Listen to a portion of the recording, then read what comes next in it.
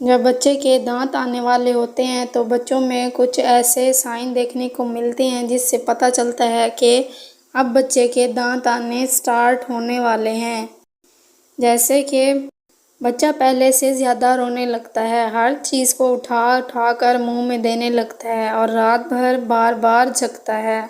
उसके साथ साथ बच्चा बहुत बेचैन सा रहता है, बग़ैर किसी वजह के रोने लगता है। जब भी बच्चे को कुछ खिलाने की कोशिश करते हैं तो बच्चा मुंह दूसरी तरफ कर लेता है।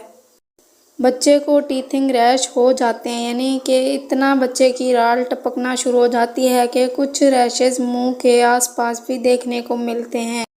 अगर इनमें से कोई से 2 से 3 सिम्पटम आपको देखने में मिल रहे हैं तो इसका मतलब है बच्चे के दांत आने ही वाले हैं। क्या आपके बच्चे के दांत आते वक्त भी ऐसा कुछ हुआ था? कमेंट में यस और नो करके बताइए।